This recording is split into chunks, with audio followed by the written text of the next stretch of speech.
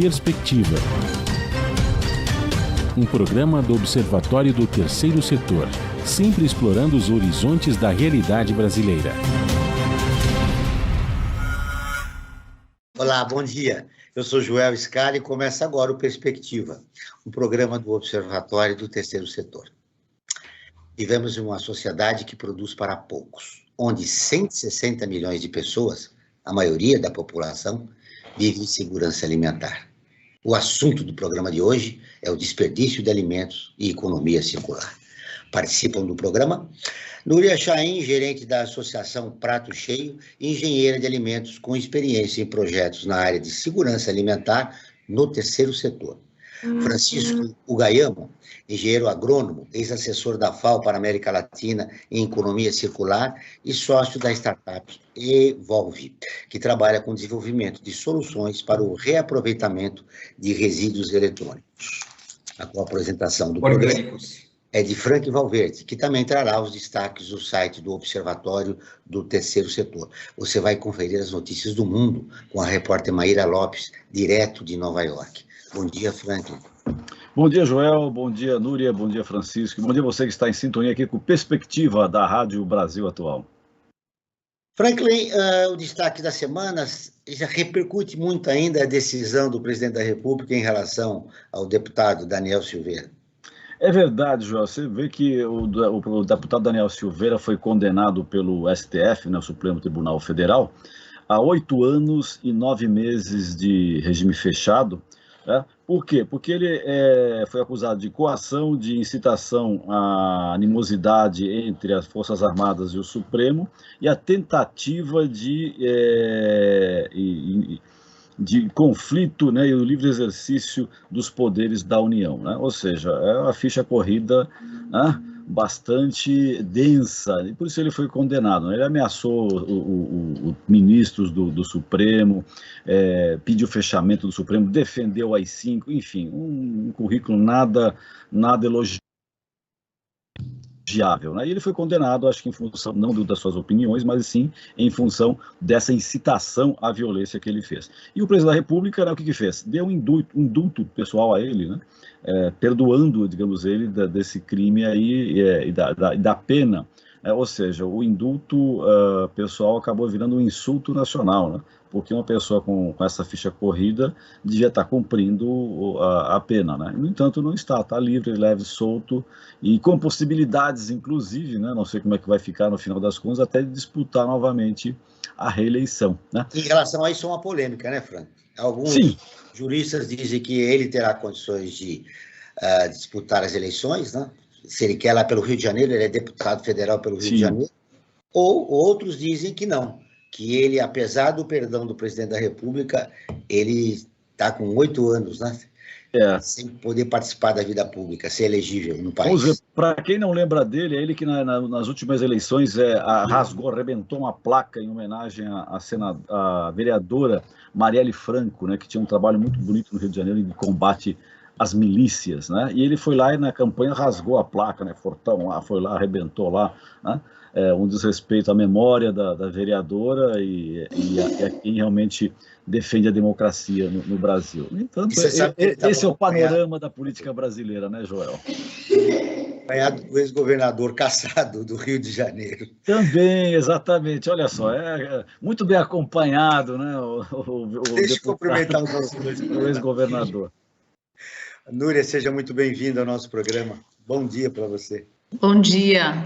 Obrigada pelo convite. O Francisco, seja muito bem-vindo ao nosso programa. Bom dia a todos, muito obrigado, Joel. Um prazer estar aqui com vocês e com a Núria também. Um estudo da Universidade Federal de São Carlos aponta que uma das maiores causas do desperdício de alimentos é o fato das pessoas quererem um alimento sempre em perfeito estado. Bom, Núria, como é que mudar esse comportamento?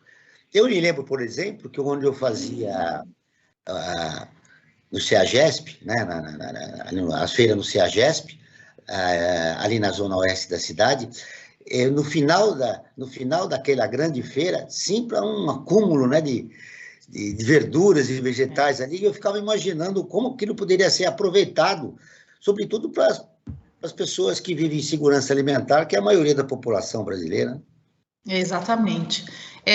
A gente tem não vou dizer um preconceito, mas a gente quer que aquela fruta seja aquela fruta de propaganda, né? Aquela maçã perfeita, o tomate perfeito, e uma fruta que às vezes tem um defeito, uma pinta, ou está um pouco maior, um pouco menor, ela tem as mesmas propriedades nutricionais que uma fruta perfeita.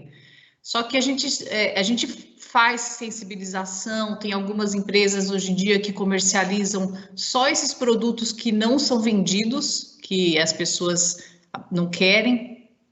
É uma questão de conscientizar as pessoas e falar, olha, esse produto tem um longo caminho, né? Foi produzido, foi transportado, tá no balcão aqui para ser vendido, e ele é um produto que está em perfeitas condições. Então, é uma questão de sensibilizar as pessoas para que elas comecem a se importar menos com a aparência dos alimentos, né? A gente começa a comprar alimento como se estivesse comprando um eletrônico ou uma escova de dente, que tem tudo a mesma aparência, a mesma cor, o mesmo formato, e a fruta, legume, verdura é um ser vivo, né? Não é para sair um igual ao outro. É por isso que a Prato Cheio está trabalhando, né? A gente coleta justamente essas frutas, esses legumes que as pessoas não compram, chega no fim do dia, é a quebra do supermercado, né? Ele não vai vender, não tem mais saída, aí a gente coleta e doa. Então, tá dando um uso para isso, para um produto que ia ser jogado no lixo, né? Ô Francisco, o que resulta o desperdício de alimentos? Olha, Joel, bom, primeiramente, esse desperdício de alimentos reflete no preço, né, no preço do alimento. Afinal de contas, tudo que essa perda, esse desperdício em toda a cadeia do fornecimento de alimentos, no final das contas, quem paga esse pato é o consumidor, né? Então, existe um primeiro impacto, que é o impacto no preço dos alimentos, né? E além disso, né, como até a Núria comentou, existe todo um impacto ambiental, né? Existe uma questão também, acho que é uma questão moral, uma questão ética também, que eu acho muito importante, né, de destacar. Afinal de contas, como você mesmo citou, mais da metade da população brasileira, né, está em insegurança alimentar, ou seja, né, tem brasileiros que não sabem exatamente se vai conseguir se alimentar de forma adequada, e é uma questão assim muito sensível essa de que, né, a gente, por um lado, né, é um dos países que mais produz alimentos no mundo, por outro lado, a gente tem mais da metade da população brasileira em vulnerabilidade. Então, Francisco, como é que a economia circular pode contribuir nesse cenário? De diversas formas, Joel. Bom, primeira parte dessa contribuição é realmente na questão da prevenção, né? Como a Núria comentou, né, essa questão, e como você também citou no começo, na primeira pergunta, né, o brasileiro tem aquele hábito, né, de tocar no alimento, né, de quando vai num supermercado, vai numa feira, né, precisa, além de ver, ele precisa tocar no alimento, o alimento tem que estar perfeito, né? Então, a primeira coisa assim que a gente tem que observar também são esses hábitos culturais. Disso, hein? Onde está a origem disso, de nós queremos... Há um certo preconceito com a fruta, com a maçãzinha que tem um pedacinho que você não quer, o tomate que você vai escolher, sempre é o mais bonito, né? A gente não pensa melhor, né? É o mais bonito, que tem uma aparência melhor, né? Eu acho que basicamente porque a gente primeiro come com os olhos, né? A gente, quando compra um alimento, a gente... Primeiro, essa questão estética, né? A gente dá muita importância à questão estética do alimento, se ele está em perfeitas condições, se não tem uma manchinha, se não tem um amassado, né? Se as folhas estão 100% verdes. Então, a gente, primeiro ponto, né, de avaliação é sensorial, né? Visual, né? Depois, eu acho que tem também além dessa questão cultural, que eu acho que a tendência é que isso mude, porque em outros países do mundo as pessoas não tocam nos alimentos, as pessoas não ficam lá manipulando o alimento, né? Então, esse é um ponto que a culpa é nossa, né? Já vem toda uma questão aí de hábitos que a gente precisa mudar como consumidor. Coisa, né, Francisco? Aí eu queria ouvir da Núria. Núria, a gente sempre compra mais do que precisa. Eu me lembro que na Europa eu vi uma senhorinha comprando uma maçãzinha, porque ela ia comer aquela maçã. Aqui a gente já compra uma dúzia de maçã, compra... Por que é? Aonde há essa? Como que surgiu essa tendência nossa do excesso, né? Porque, claro, vai resultar no desperdício, né? Exatamente. Primeiro, a gente não olha o que a gente tem na geladeira, na despensa, aí você vai comprar, você compra, eu não vi que eu já tinha açúcar, que eu já tinha farinha, que eu já tinha feijão. Aí vence o produto, você não consegue usar. E a outra tem essa coisa do brasileiro que é melhor sobrar do que faltar. Então, a gente compra mais, a gente faz comida a mais, aí sobra no almoço de domingo, às vezes você não congela, joga fora aquele arroz. Teve uma pesquisa da GV que fez esse acompanhamento de algumas famílias durante o ano. E, assim, o desperdício de arroz, feijão, carne, era uma coisa assustadora. Se você colocar na ponta do lápis, é dinheiro que você está jogando fora, né? Então, eu acho que tem assim, eu acho que a perda, né, o desperdício, a perda do alimento vai desde a produção, transporte, o armazenamento, a comercialização, ela vai existir, porque você não consegue tirar isso. Então, acho que a gente tem que pensar qual é a melhor forma de não fazer com que esse alimento vá parar no lixo, né, que é o último caso, né? Então, acho que essas soluções de você tentar resgatar esse alimento, então, se produziu e não vendeu tudo, tentar recuperar, tentar resgatar e reinserir no sistema, que acho que é o trabalho, né, a startup do Francisco.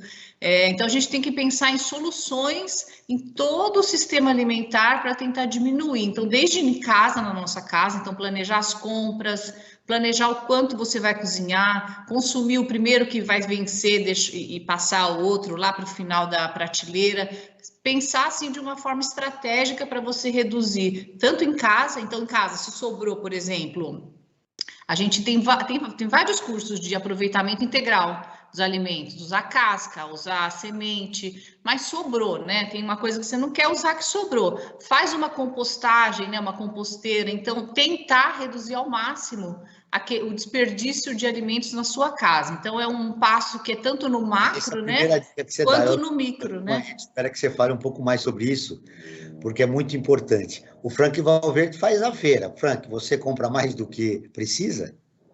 Não, eu já me habituei a olhar a geladeira antes, fazer uma listinha, isso é fundamental. Exatamente. Às vezes fala, pô, você vai fazer lista, você sabe que tem que comprar. Não, fazer a listinha. E o que não tiver na listinha, você não levar, porque você acaba fazendo feira, você tem uma certa amizade com os feirantes, né? E, olha, tem esse produto legal, novo aqui, tá, deixa eu ver se está na listinha. Tá na listinha? Eu levo. Não tá, desculpa, não vou levar, porque vai sobrar, vai estragar. Acho que isso é uma tática que funciona bastante. Você levar por escrito numa listinha o que você vai comprar. A não ser que você veja um produto que faz tempo que você não compra, tá? Opa, então, mas aí você já deixa alguma coisa de lado e leva aquele no lugar. Aí não vai sobrar e não vai ter desperdício. Essa é uma dica interessante. Não faz isso, né, Francisco?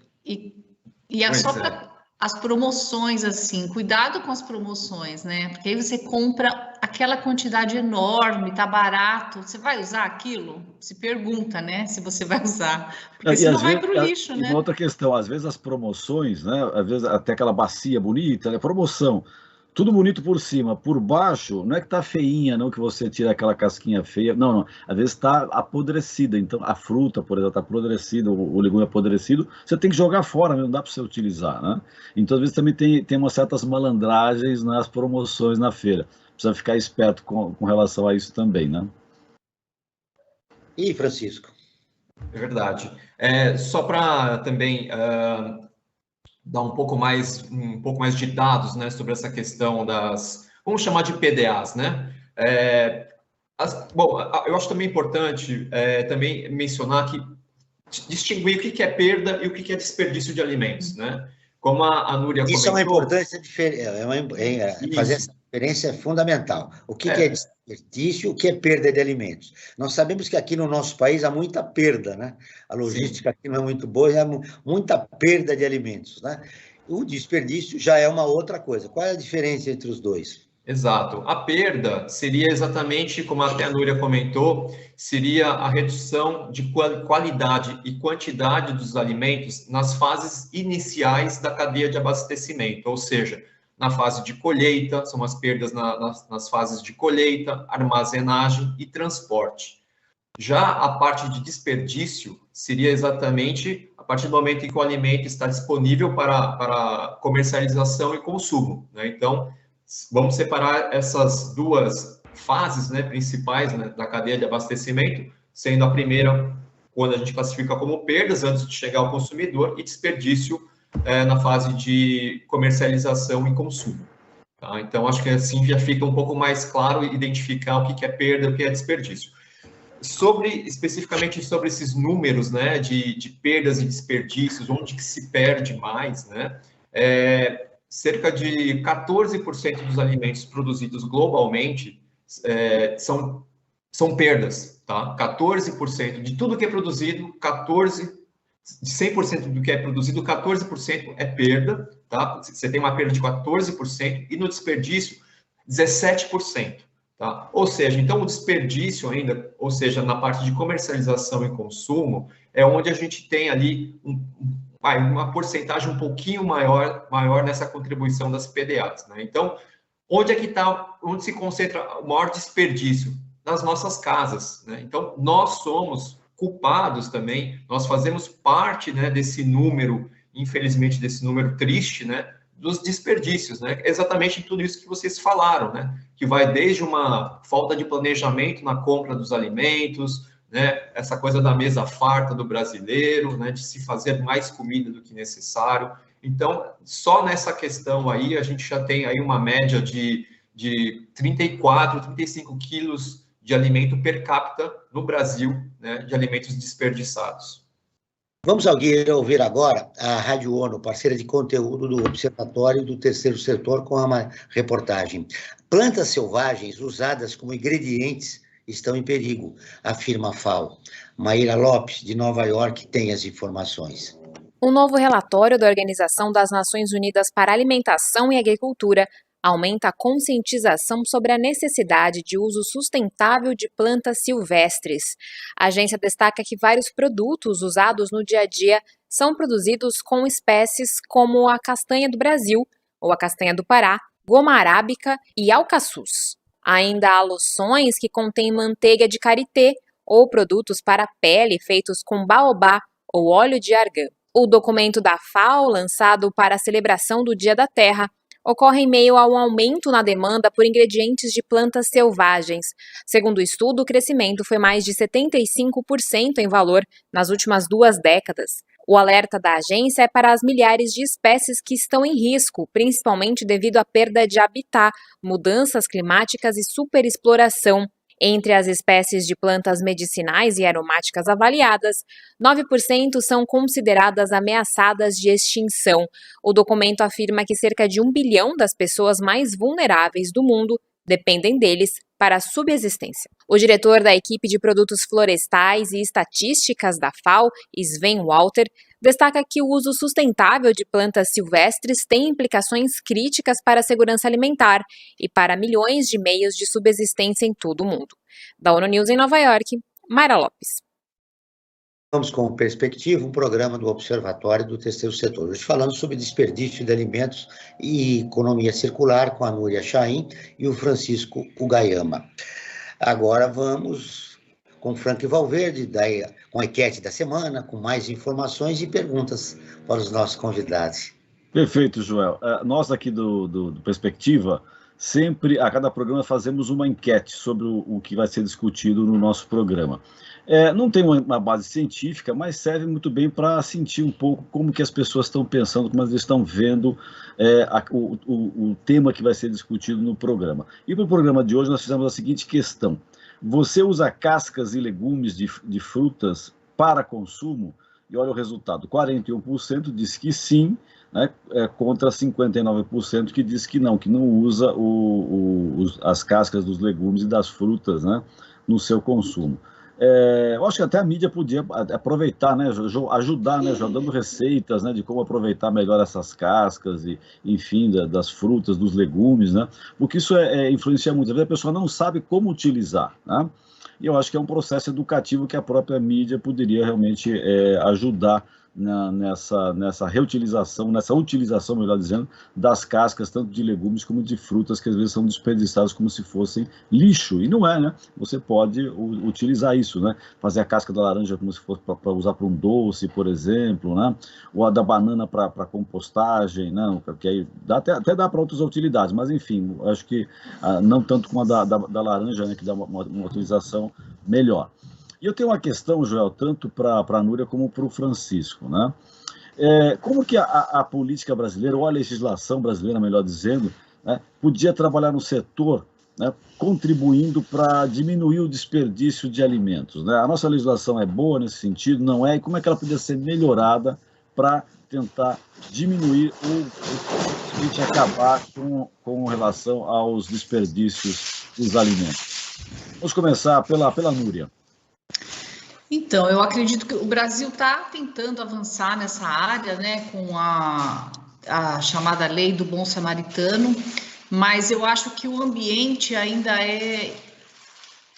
assim, não é proibido, né, doar, por exemplo, alimentos que já foram preparados por restaurantes, né, a chamada sobra limpa, mas eu acredito que as empresas ainda se sintam inseguras para fazer esse tipo de doação, por conta do custo, né, sanitário, do custo de manter aquele alimento sem contaminação. A doação de alimentos como frutas, legumes e verduras ou alimentos que estão perto do vencimento, eu acredito que se tivesse um incentivo fiscal para fazer esse tipo de doação, daria um estímulo a mais, porque as empresas, elas não querem jogar aquele alimento fora. Então, assim, todas as empresas que a gente procura, elas se prontificam a doar, a fazer parceria. Eu acho que se tivesse um incentivo, seria um passo a mais para fazer essa política, para que isso se estabeleça em todas as cidades, né, do país. A gente vê que São Paulo tem várias iniciativas, né, como a Associação Prato Cheio, para coletar esses alimentos que seriam desperdiçados, mas isso aí poderia ter em todas as cidades do país, né? Seria uma forma de você tratar essas duas pontas da questão, né, a questão ambiental e a questão da segurança alimentar, e melhorar, né, a eficiência de todo o sistema alimentar. Eu vejo nesse aspecto. Francisco, a Núria levantou dois aspectos importantes. Uma possível mudança na legislação e também no comportamento dos donos de restaurantes, né, que ainda estão um pouco reticentes, né, de fornecerem a chamada sobra da comida. Como mudar isso, né? De que maneira políticas públicas, por exemplo, provocar essa mudança cultural necessária para diminuir o desperdício? Sim, sem dúvida nenhuma. Eu acho que as leis têm um papel fundamental nessa mudança, né, de comportamento, de cultura, né, de educação, principalmente. Um exemplo, na França, desde 2015, os supermercados acima de 400 metros quadrados são proibidos de jogar alimentos fora, né? Então, é uma lei, né, que, se não for respeitada, os estabelecimentos são multados, são penalizados, né? Então, esse digamos assim, é uma lei que, não sei, aqui no Brasil a gente precisaria ter um pouquinho mais de discussão, mas assim, já aponta para um caminho, né, do papel, né, que esses estabelecimentos têm em relação aos desperdícios de alimentos, né? Uma outra coisa que é importante também mencionar é que eu acho que a gente já está tendo aí um movimento, né, de conscientização, né, para reduzir as perdas e desperdícios de alimentos. A gente, assim como a minha startup, né, a gente verifica outras iniciativas, né, em relação a isso, né? Vocês comentaram da casca da laranja, né? A casca da laranja que muitas vezes é jogado fora, né? Lembrando que a casca de laranja na Itália, por exemplo, ela é utilizada como matéria-prima para fazer tecidos, tá? A casca de laranja também aqui, né? Nós temos uma grande empresa que faz suco, né? Suco de laranja para exportação. Eles já utilizam esse bagaço da laranja como matéria-prima para produzir uma fibra alimentar, né? Então, ou seja, né, a gente entende que já existem tecnologias, iniciativas, empresas, startups, mas acima de tudo, né, se a gente tivesse leis, né, leis que dessem mais estímulo, que incentivassem, né, como a Núria falou, né, se desse algum tipo de incentivo fiscal, eu acho que tudo isso seria muito mais catalisado, digamos assim. Eu acho que essas soluções estariam mais disponíveis e as empresas teriam mais predisposição a fazer algo dentro desses princípios da economia circular. O grande problema, Núria, é como fazer, né? A gente volta a mencionar políticas públicas necessárias. O Francisco acabou de falar sobre a autorização da casca da laranja na Itália. Aqui no Brasil, nós precisaríamos de iniciativas como essa, ou ampliar as que tem, e aí eu gostaria de saber se você... o que era necessário, né, para a gente ampliar iniciativas como essa? Olha, eu vou falar da Prato Cheio, né, que a gente sempre fala, é uma iniciativa que tem uma metodologia simples, que daria para ser replicada em qualquer lugar, em qualquer escala, vamos dizer assim, poderia ser num bairro, poderia ser numa cidade. Eu acredito que a Prato Cheio surgiu, né, de pessoas que estavam conformadas de ver o desperdício de alimentos do lado de pessoas que estavam passando fome. Então, eu acredito que a sensibilização assim, das pessoas e a vontade de fazer mudar pode ser um começo. Por exemplo, para você que está ouvindo, montar um banco de alimentos aí na sua cidade ou no seu bairro. Então, a gente sempre fala, procure parceiros locais. Tem algum supermercado perto de onde você está? Será que ele tem desperdício de alimentos? Será que ele faria uma parceria e doaria? Já é um começo. Então, eu acredito muito no trabalho em rede, eu acredito que quem mora numa região quer muito que essa região se desenvolva, que melhore. Então, identificar quem são os potenciais parceiros que podem fazer a mudança, juntar essas pessoas e pensar em soluções que possam se viabilizar.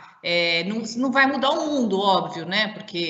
Mas é um começo de uma mudança e pode ser que o seu bairro, por exemplo, se torne uma região muito melhor daqui a algum tempo. Então, eu acho que a gente pode tentar começar a buscar soluções onde a gente mora, né? Na nossa casa, no nosso bairro, na nossa vizinhança. Procura identificar onde você mora, com quem você poderia trabalhar para construir essas mudanças.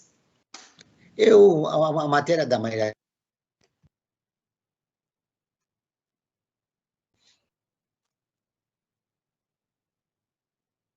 Acho que teve algum probleminha com o Joel, né? Mas vamos continuando aqui, daqui a pouco o Joel volta aí, né? Essa questão do desperdício, né, que tem afetado todo mundo,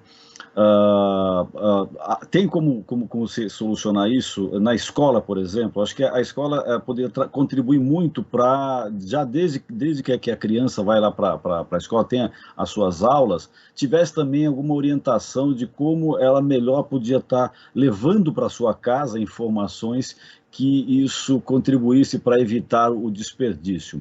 Francisco, você tem alguma ideia, alguma coisa que poderia, digamos assim, servir de incentivo para que as escolas começassem a agir? Ou se conhece algum exemplo também, dê o exemplo, que às vezes é importante a gente saber de boas práticas para divulgar.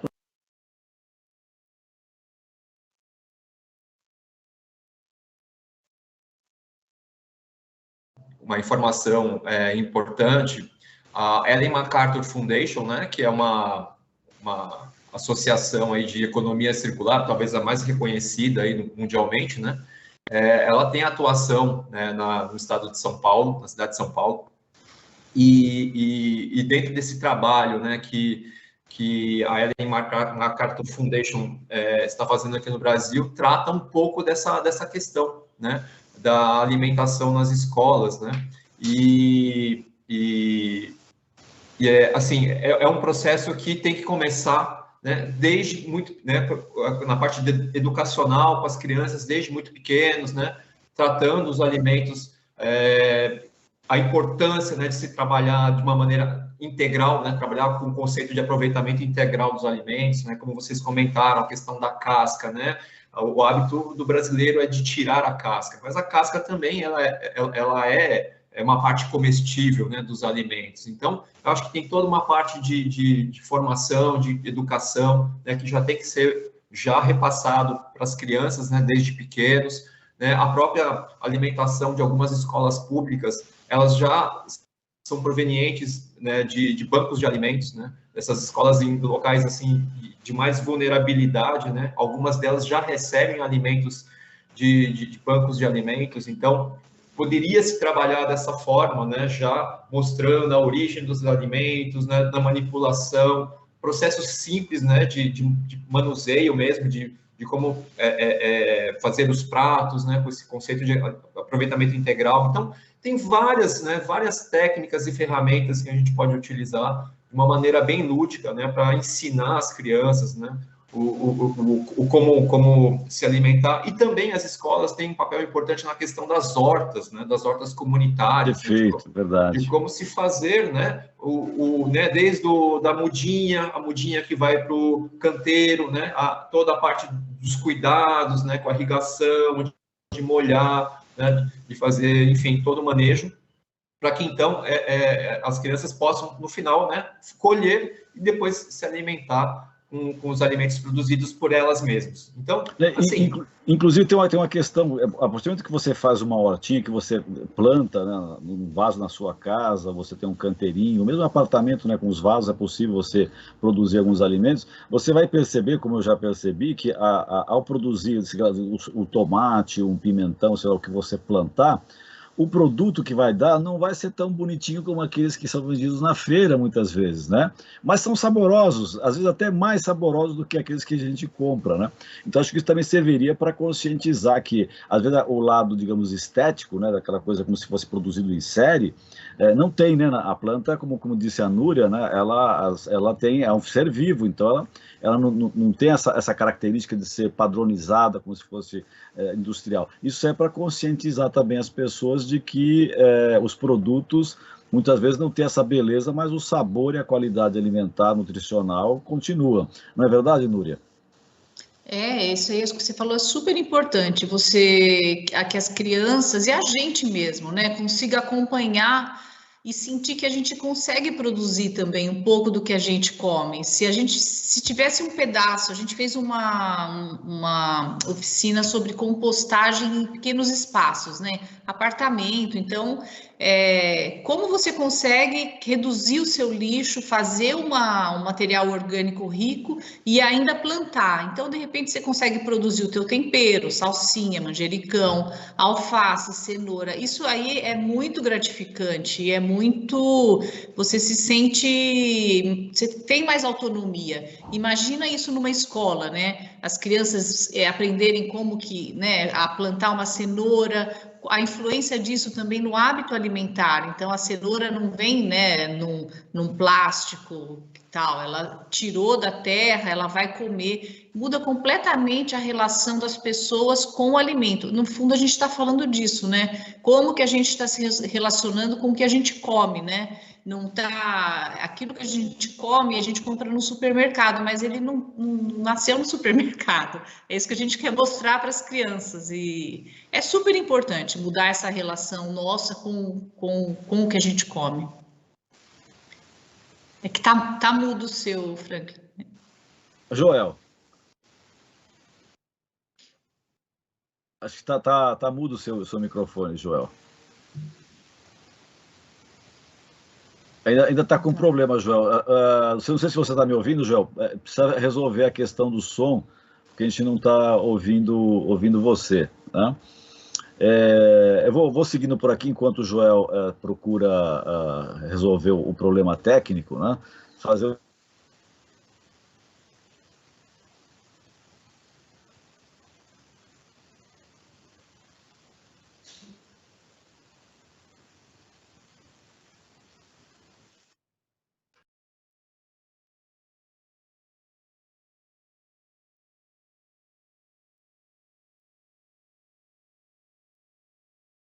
suficiente para encher o estádio do Maracanã inteiro. Olha só a proporção, posso dizer assim, maluca, né?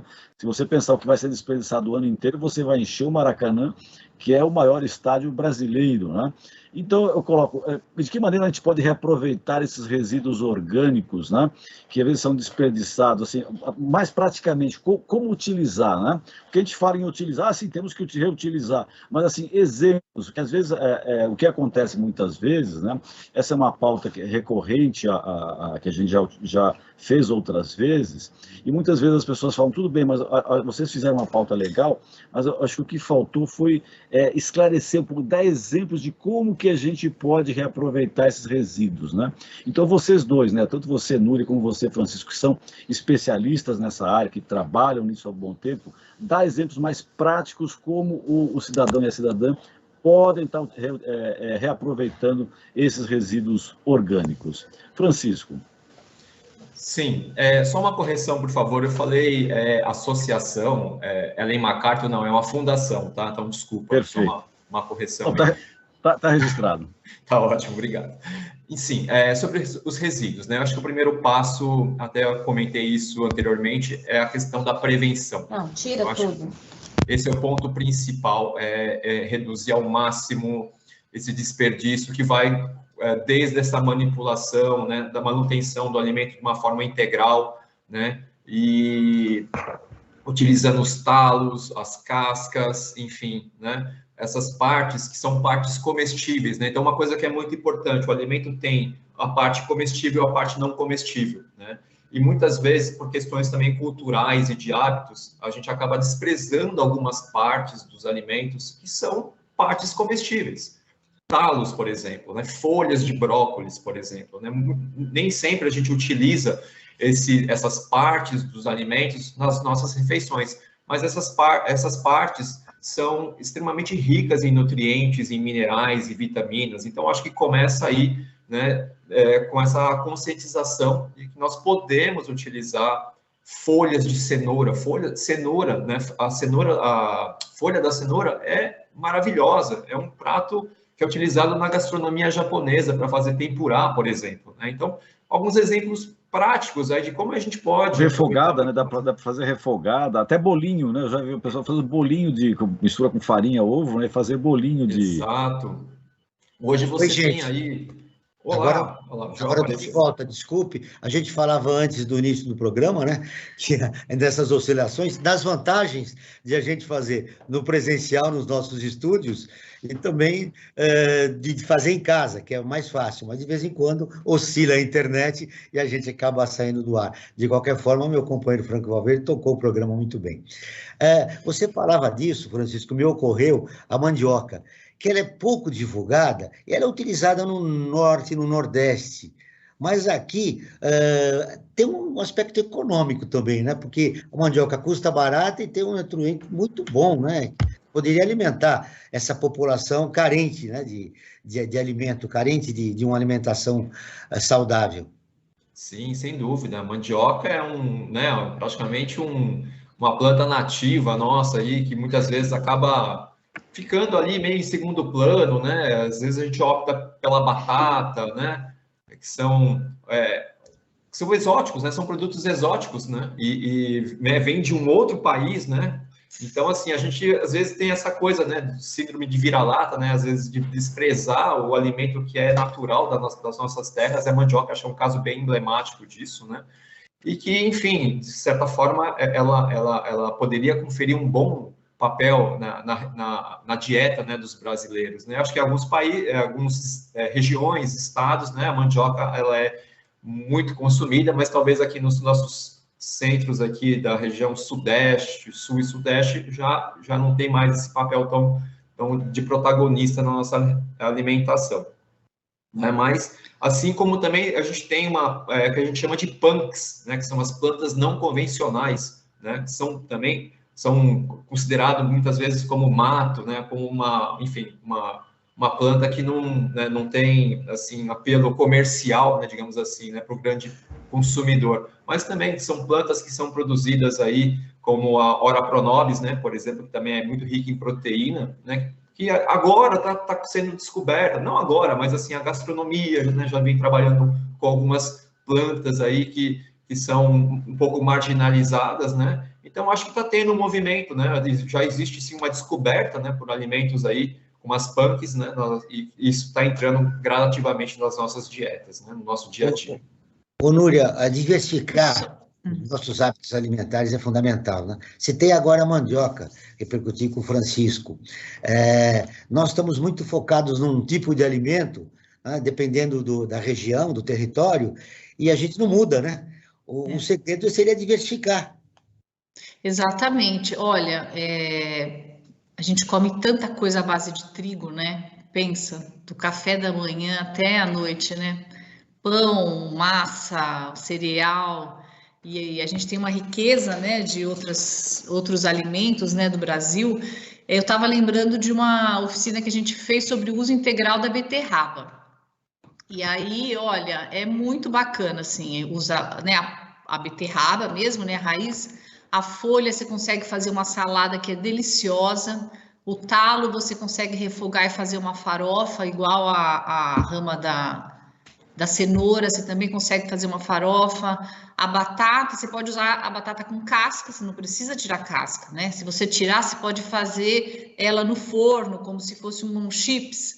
Então, tem muita coisa. E tem muita receita, gente, assim, olhar na internet, a Prato Cheio tem vários vídeos, lançou um livro agora com 200 receitas de aproveitamento integral, porque desde que a gente começou, faz 20 anos, a gente dá curso sobre como aproveitar ideias, né, para que o alimento não seja desperdiçado lá na ponta. Principalmente então, tem no nosso muita estado, receita. onde a cesta básica é a mais cara do país, né?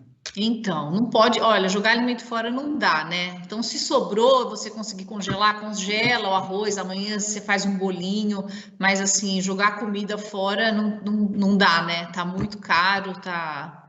E é uma questão de economizar, né? Não jogar dinheiro fora e você diminuir o lixo, né, que você produz. Então, se jogou fora, tenta fazer uma composteira em casa. Tem várias maneiras a gente tentar diminuir isso. Assim, vocês estavam falando, né, da mandioca, das punks. Tem um papel muito importante, né, dos chefes, né, hoje em dia, que é de difundir esse tipo de uso, né, instigar a experimentar novos alimentos, né, testar novas receitas. Então, tem um mundo de possibilidades aí que as pessoas só têm um pouquinho de curiosidade e ir atrás, que dá para fazer muita coisa diferente em casa. Bom, nós queremos uma receita antes do final do programa, Nuru. O que é bom e barato? O que é sadio a gente comer hoje? Nós comemos muita bobagem, né? Desculpa interromper, Joel, só um Claro, detalhe, ainda focado na questão da mandioca, né? A gente já falou aí da importância da mandioca, né, na dieta, principalmente em algumas regiões do Brasil. E a mandioca também, mesmo a mandioca pode ser utilizada como matéria-prima para fazer bioembalagens, né? Então, hoje a gente já tem também algumas startups, algumas empresas, né, que utilizam mandioca para fazer pratos, copinhos, que são, né, que podem ser, inclusive, são comestíveis, né? Você pode utilizar para o devido fim e depois você pode comer essas embalagens, né? Pratinhos, talheres, copos, que são feitos à base de mandioca. Então, assim, dentro desse olhar da economia circular, para cada alimento, a gente pode ter diversos fins, né? Eu comentei, por exemplo, do tomate, né? O tomate, você tem a pele do tomate. Quando você faz o processamento para o molho de tomate, a indústria descarta semente e pele. Geralmente, esse material, quando não vai para um aterro sanitário, ele pode ser destinado para a alimentação animal. Mas, enfim, esse resíduo ou essa matéria-prima, além de servir para fazer tecidos, eles podem também ser utilizados também para fazer extração de ativos, de moléculas ativas, bioativos, né? Que são, por exemplo, o tomate é rico em licopeno. Então, assim, você, dentro desse universo, né, que tem de alimentos, né, de variedades de alimentos, para cada alimento você tem diversos compostos que você pode trabalhar. Então, dentro desse conceito da economia circular, o resíduo, ele torna-se uma matéria-prima e a gente pode fomentar toda uma cadeia produtiva em cima disso. Isso é importante a população saber, né? A utilização, né, de determinados legumes, né, de determinadas frutas e o seu reaproveitamento. Frank, nós temos mais 15 minutos de programa, passou rápido o tempo, né? Nós temos mais 15 minutos de programa e você também tem as notícias de destaques do site do Observatório do Terceiro Setor. É verdade, eu quero fazer, antes de falar do destaque, o convite que todos e todas visitem o nosso site, né? É observatório3setor.org.br, o 3 em numeral. E lá vocês vão encontrar uma série de matérias, muitas delas falando principalmente sobre questões vinculadas à cidadania. Lá tem, como destaque, as matérias mais lidas, nós temos uma matéria, por exemplo, que fala que Bolsonaro sanciona rol taxativo e prejudica brasileiros com plano de saúde, né? Ou seja, quando estamos ainda no final de pandemia e aí os brasileiros sendo prejudicados por essa lei sancionada aí pelo Bolsonaro. Outra matéria também que tem bastante leitura é sobre a primeira rede de televisão das favelas, que ganha um estúdio lá em Paraisópolis, que é uma matéria muito, muito legal de ser lida. E aqui eu quero dar destaque, que tem a ver com o nosso tema de hoje do programa, que mais de 19 milhões de pessoas vivem em estado grave de fome no Brasil. Olha só, desperdício de alimentos e as pessoas vivendo fome. Isso significa 9% da população brasileira. E um dado importante nessa matéria que foi escrita pela Maria Fernanda Garcia, nós temos a seguinte informação importante, tá? O Inquérito Nacional sobre Insegurança Alimentar no contexto da pandemia da Covid-19 no Brasil, desenvolvido pela Rede Brasileira de Pesquisa em Soberania e Segurança Alimentar e Nutricional, a Rede Pensan, divulgou no ano passado que 55,2% dos lares brasileiros vivenciaram um cenário de insegurança alimentar. Olha só, mais de 50% dos lares brasileiros. Isso em relação a 2018, quando esse percentual era só de 36%, que já era um número alto, tá? Mas imagina agora na pandemia. Nossa, agora isso é um dado de 21, 22, como é que não está a situação, né? É muito triste tudo isso, mas é importante que as pessoas se conscientizem sobre isso. E essa matéria e outras, Joel, no site do Observatório, elas podem também ser degustadas, digamos assim, né, já que estamos falando de alimentação, no formato de áudio, tá? Nós temos uma ferramenta de audiodescrição dos conteúdos escritos. É o Observatório do Terceiro Setor, possibilitando que os deficientes visuais consigam ter acesso à informação que é divulgada no nosso site, Joel. Muito bom, Franklin. Eu acho que com o tempo nós estamos acabando com o nosso programa. Você puder falar rapidamente das nossas campanhas? Perfeito, Joel. O nosso destaque 4 com os nossos convidados. Perfeito. Vamos lá, nós temos o Observatório em Movimento. O que é isso? O Observatório em Movimento é um projeto que nós desenvolvemos no Observatório do Terceiro Setor, ouvindo especialistas das mais variadas áreas do conhecimento e para que eles darem dicas e informações de como viver melhor após pandemia, né? Nós já estamos iniciando nesse processo, ainda temos a Covid-19 aí presente, mas digamos que ela já está diminuindo, nós estamos vendo nesse cenário pós-pandêmico, como viver agora, né? A gente precisa construir uma nova sociedade, né, Joel? Eu acho que esses especialistas... A oportunidade agora de convidar os convidados, a Perfeito, Núria, tanto a Núria como o Francisco, refletirem sobre o desperdício de alimento no pós-pandemia, que é necessário, que políticas são necessárias e tal, estão convidados a escreverem no nosso projeto. Observatório em Movimento. É realmente bom convite, Joel, bem lembrado, são dois especialistas, pessoas que têm plena consciência de como melhor a gente evitar o desperdício de alimentos. E para finalizar, já uma outra novidade que nós temos no Observatório é uma nova ferramenta que chama-se Apoio Terceiro Setor. É uma plataforma online de financiamento coletivo para organizações da sociedade civil, com projetos em diversas áreas. Se você quer saber mais sobre essa nova plataforma, convido a entrar no apoie3setor.com.br, o 3 em numeral, apoio o terceiro setor, né, .com.br, esse 3 em numeral. E também, aproveitando, João, né, para finalizar, né, fazer o meu comercial, o nosso comercial, convidando a todos e a todas que visitem as redes sociais onde nós estamos presentes, seja no Facebook, facebook.com/3setor, no Instagram, também nós estamos lá, e no YouTube. Visitem nossas redes, nos prestigiem e recebam conteúdo de qualidade. Perfeito, Franklin. Em 2020 foi aprovado pela Comissão Europeia o Plano de Ação para a Economia Circular, que propõe medidas sustentáveis aplicadas ao longo de todo o ciclo de vida dos produtos. Francisco, a implementação de políticas públicas desse tipo é possível no Brasil atual? Joel, difícil responder essa pergunta, né? Eu gostaria que sim, né? Que fosse possível.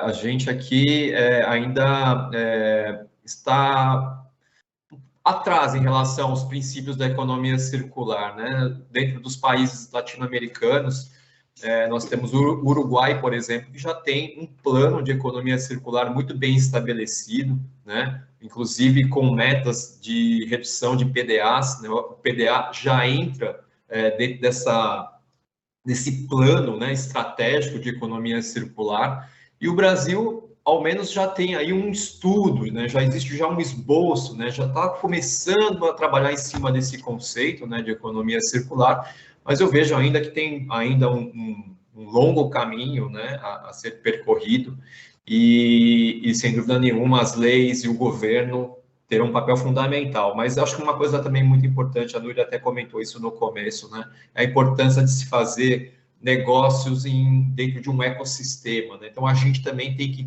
promover esse ecossistema circular, né? Nós sozinhos, nós não teremos assim uma capacidade tão grande de mudar, né, a nossa realidade, mas se a gente unir esses esforços, né, com uma associação que a Núria faz parte, né, com leis, com empresas engajadas, né, com a própria sociedade, se todos os atores principais aí da nossa sociedade colaborassem, né, para esse fim, eu acho que os resultados, né, de economia circular, de redução de PDAs, seriam muito mais alcançáveis, né, do que hoje, por exemplo. Você falou no envolvimento de empresas. O Sistema B tem 233 empresas certificadas aqui no Brasil. Nós temos 18 milhões de empresas em todo o país e só 233 certificadas. Na área de alimentos, já existem empresas certificadas com responsabilidade social voltada para a questão sustentável e filosoficamente já aplicando a economia circular? Olha, Joel, sinceramente, eu não sei responder essa pergunta. Talvez a Núria tenha essa informação, esse dado, mas eu desconheço. Agora, uma coisa que é importante, hoje um termo que está sendo muito utilizado pelas empresas é o termo ESG, né? A parte de governança, né?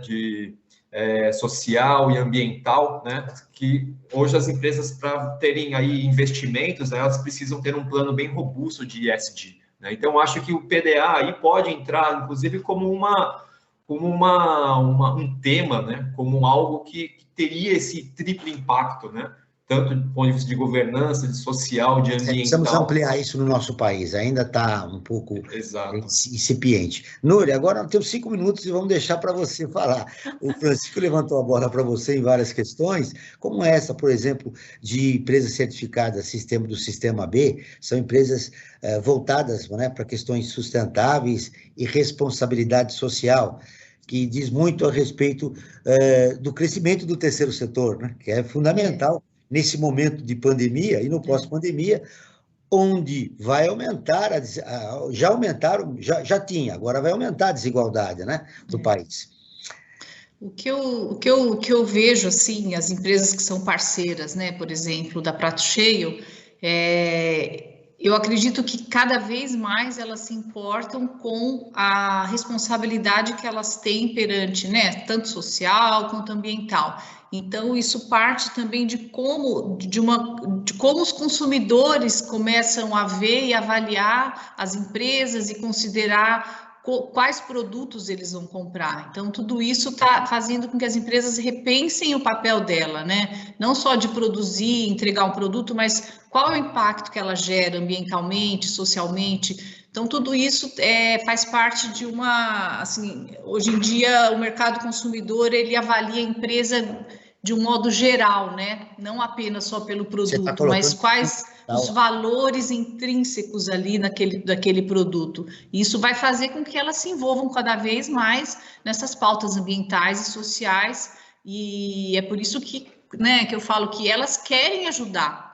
Elas querem ajudar. O que a gente precisa é criar um ambiente político, um ambiente econômico que favoreça cada vez mais essas empresas a participarem, né? E a pressão da sociedade civil será fundamental para a gente viver um outro momento no país. Exatamente. Frank, em 10 segundos, seu destaque final. Melhore o seu cardápio, aprenda a reaproveitar melhor as cascas das frutas e legumes. Isso porque a esposa faz, né? Para a feira, ela faz a sua listinha. Seu destaque final, Núria.